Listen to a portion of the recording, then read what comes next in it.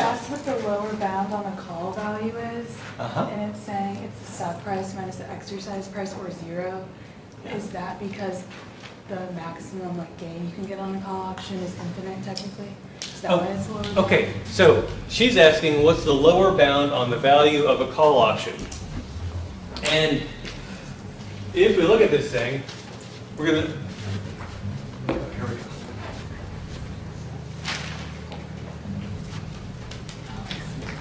So if you remember, the call value is equal to, there's two pieces. What are they? The intrinsic value. And then what's the other piece? Speculative value.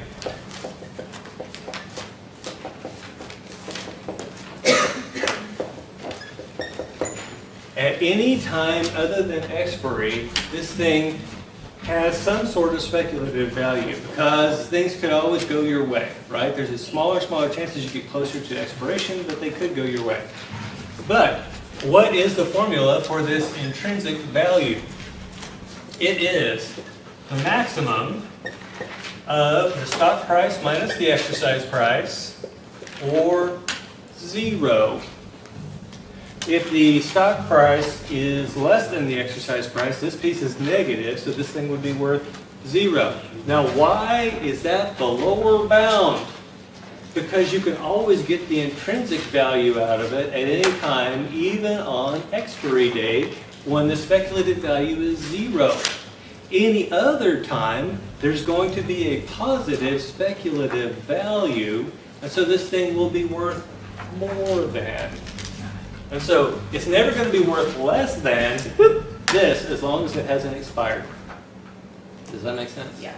And that was chapter 17. I wrote it down in the wrong section. Oh, I wondered. Does everybody get that? What if I said that we were talking about put options here? What would the lower bound be on a put?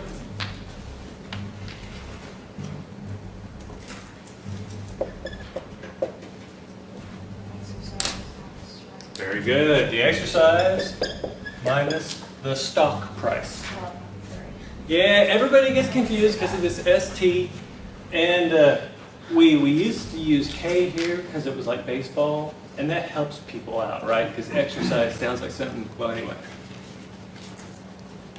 So don't get freaked. I still occasionally get freaked out, so don't let it bother you, but know the difference. So I'm lost with the continuous compounding. Oh, okay. So, So like 3. I'll walk you through it.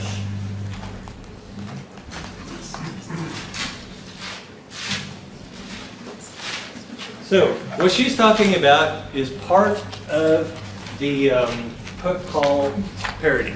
And you see it expressed in two different ways. E divided by 1 plus R to the T, or you see it as E to the E negative RT, or you see it as E divide by E to the RT. I'm going to tell you these things are exactly the same because all that negative sign on an exponent does is throw that thing to the bottom. That's all it does. Okay, so now that we know that, what we're really figuring here, do you see that that's the present value formula? Yeah. So this is the present value formula with no compounding. No compounding in the period. This is with continuous compounding, which means infinite number of compoundings inside the period. Now, which one of these is going to give you a lower present value? If you're compounding continuously, that's going to make that bottom part larger. So it should give you a lower present value, but we'll test that theory.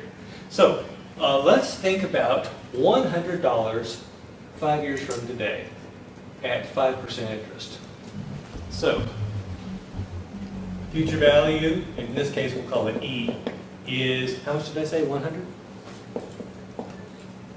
The interest rate is 5%. Oh, of course, we'll call it R. And we're doing this for 5 years. Okay, now it's really easy to do this one. We're looking at 100 divided by 1.05 to the 5th power. By the way, if this is in years, then this has to be in years. If this is in quarters, that has to be in quarters. If this is in days, that has to be in days. As long as they're the same, it does not matter. And by the way, this is also T. Okay, so let's go ahead and figure out what this first one is. Get your calculator out. 1.052. You see I hit y to the x? 5th power equal. Now, how do I get that thing on the bottom? It's on the top right now. How do I get to the bottom? 1 over x. Yeah, the 1 over x key. It's right here. Boop. Then we're going to multiply by 100. And so for here, the present value is $78.35.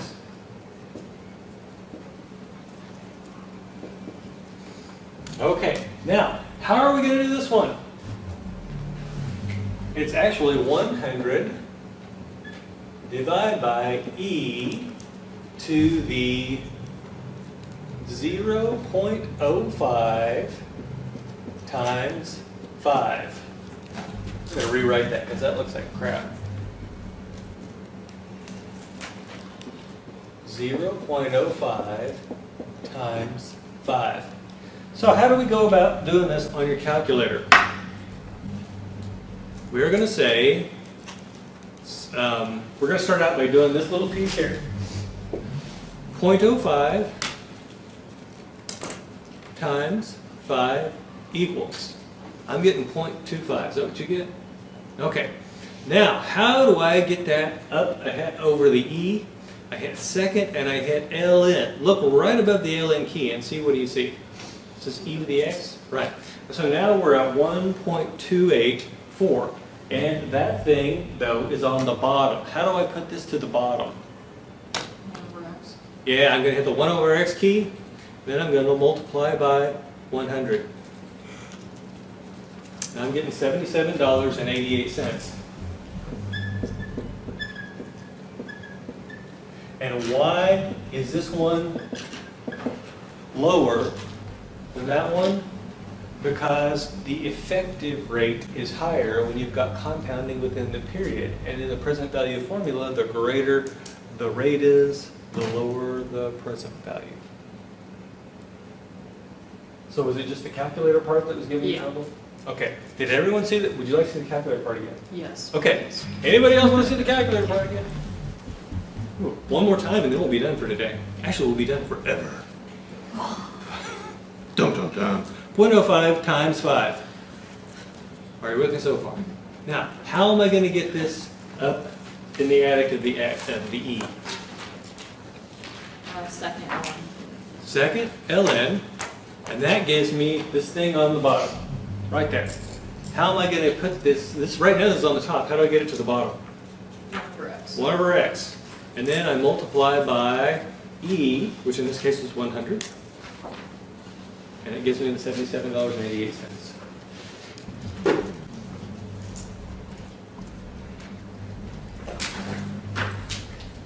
How does that, so in the practice it asks like put and call. Uh-huh. What's the difference? Well, like, but I know the difference between put and call. Okay. But like, how would we calculate that differently?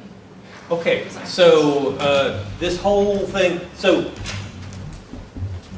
I'm going to write the put call parity thing up here. And tell me if I get it wrong. Because I really don't play with options all that often. So here we go.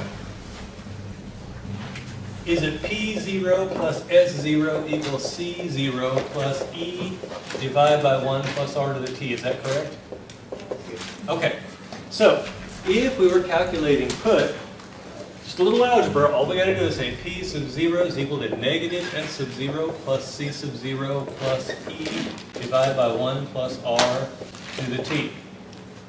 If we're doing the call option is equal to P sub 0 plus S sub 0 minus.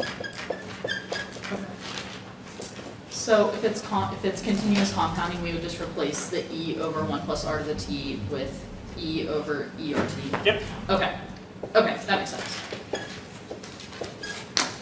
Now, by the way, Here's my question. for multiple choice, 1 plus r to the t is likely to get you close enough Okay, that you won't have to worry about it.